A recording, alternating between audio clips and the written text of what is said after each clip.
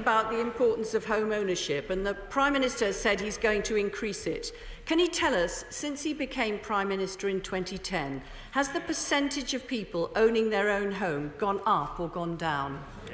Well, it's been a very challenging time for people to buy their own homes, but what we're responsible for is almost 100,000 people able to buy their own homes because of the right to buy and because of Help to Buy, two schemes opposed by Labour. Harmon. The answer is that since he became Prime Minister, the percentage of people who own their own home has fallen. Now, he mentioned his plan to extend the right to buy to housing association tenants.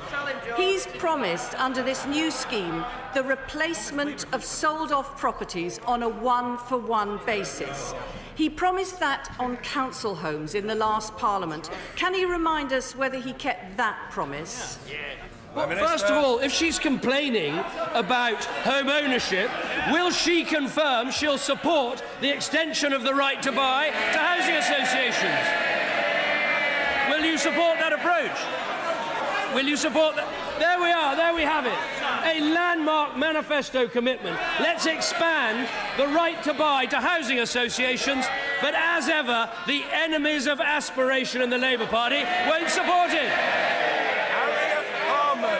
Can he confirm that for every affordable home sold and not replaced, the housing benefit bill goes up?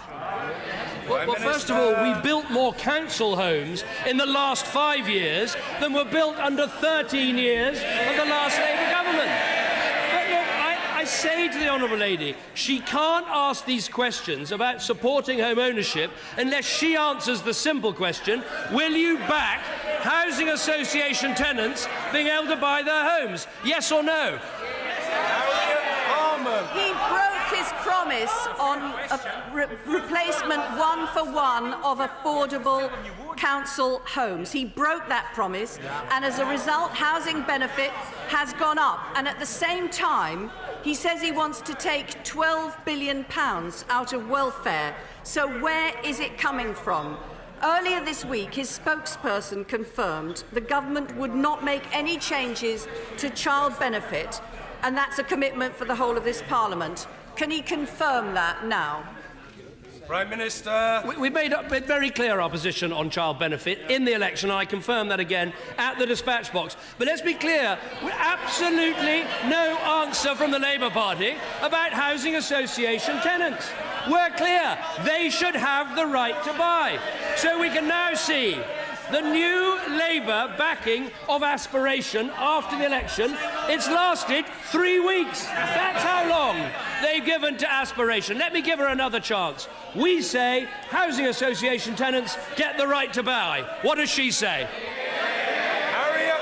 Well, his commitment not to cut child benefit during the course of this Parliament has not even lasted a few days. That's what his spokesperson said, and he's not been committed to it. Can he tell us about another issue of importance to families, which is whether he's going to rule out further cuts to working families' tax credits? Well, again, we've said we're freezing tax credits in the next 2 years because we need to get the deficit down and we want to keep people's taxes down. But isn't it interesting that the whole of the last Parliament, Labour came here and opposed every single spending reduction, every single welfare saving, and they've learnt absolutely nothing. They are still the party of more spending, more welfare, more debt.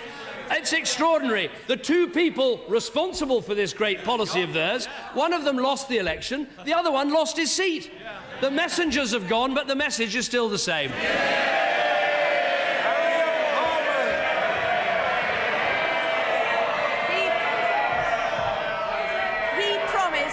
He promised £12 billion of welfare cuts, and I'm asking where those welfare cuts are coming from. Mr. Speaker, before an election, it's about the promises. Now they're in Downing Street, it's about the delivery. The Prime Minister spent the last 5 years saying everything that was wrong was because of the previous Prime Minister. Well, he can't do that for the next 5 years, because the last Prime Minister was him. I hope he'll bear in mind when things go wrong over the next Prime Minister, next 5 years, there's no one responsible but him. Well, first of all, we're still clearing up the mess her government left behind. But look, the Honourable Lady asked for an example of a welfare cut. Let me give her one. We think we should cut the welfare cap from £26,000 per household to £23,000 per household. Now, in her speech, in reply to the gracious speech, it sounded like she was going to come out and support that. So why not? Let's see how Labour are going to approach this. Will you support a cut in the welfare cap? The Right Honourable and Learned Lady has had her 6 questions and...